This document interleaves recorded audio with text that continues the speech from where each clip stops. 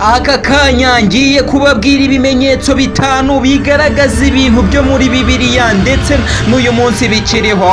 Ku mwanya wa mbere turahasanga the spirit, the rock of the Horeb. Ku bantu mutazi uru rutare, ni rwa rutare Mose yakubiseho inkoni rubasha kuvamo amazi Abisiraheli baranywa ubwo bavanywaga kwa Farawo. Icyo utaruzi ndetse kandi uru rutare runa n'ubu ruracyariho. Nibyo pe, Bibiliya ntabwo ibeshya yewe mu Kristo. Ku mwanya wa kabiri turahasanga umusozi wa Sinai, the mountain of Sinai. Uyu musozi murabizi ko Mose ari we yahereweho amategeko 10 y'Imana mu gihe yari ari gusenga.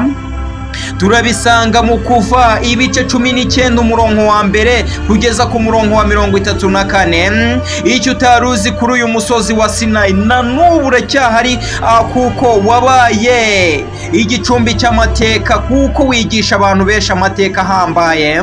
Yewe mu Kristo, Bibiliya ivuga ukuri, ni igitabo kivuga ukuri ibihe byose kugeza ku mpera z'isi. Ese yewe muntu wowe uvuga ko Bibiliya ivuga ibinyoma, ko ibi tugaragariza ukuri ibihe byose?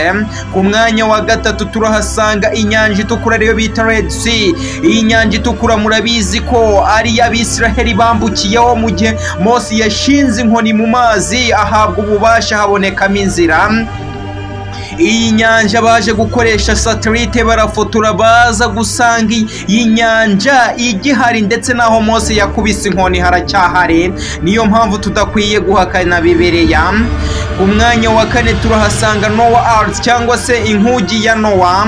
Inkugi ya Noah yari yaraburiwe irengero, maze nibwo baje gukora ubushakashatsi baza kubona aho inkugi ya Noah yaje kurengera. Niyo mpamvu yewe mu Kristo buri muntu wese akwiye kwemeranwa na Bibiliya, kuko Bibiliya itubwiza ukuri ibihe byose.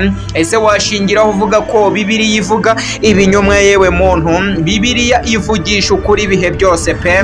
Niyo mpamvu utakwiye kwiyinyomoza cyangwa se uhakana ibyo kubwira. Bikurikize urebe ngo uraba umukristo uhambaye cyane ibihe byose, kandi ugira amahirwe ndetse n'imigisha kugeza ku iherezo.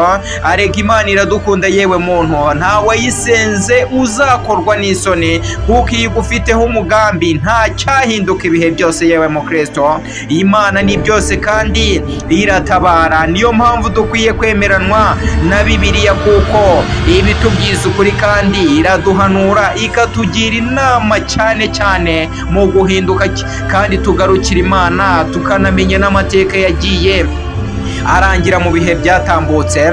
Ku mwanya wa gatanu ari nawo wa nyuma turahasanga Lot's wife, umugore wa Loti. Uyu ni wa mugore wahindukiye agahinduka ikibumbe cy'umunyu, ubwo yahindukiye akareba Sodoma na Gomora hari gushya, biza kurangira ahasize ubuzima. Yewe mu Kristo, ikindi kandi utamenya, uyu munyu cyangwa se iki kibumbe kiracyahari. Baje gukora ubushakashatsi baza kubona iki kibumbe cy'uyu munyu. Yewe niyo mpamvu tudakwiye gusuzugura Imana. Imana iyo yakubwiye ikintu gikore, kugira ngo wirinde uburakari bw'Imana. Imana iyo uyibabaje ihita ikwereka ko ishoboye byose. Iki kibumbe cy'umunyu nacyo baje gukora ubushakashatsi na n'ubu kiracyahagaze. Murakoze cyane. Amazina yanjye nitwa Tuyizere Jean Dodier. Kora subscribe twikomereze mu biganiro by'ubwo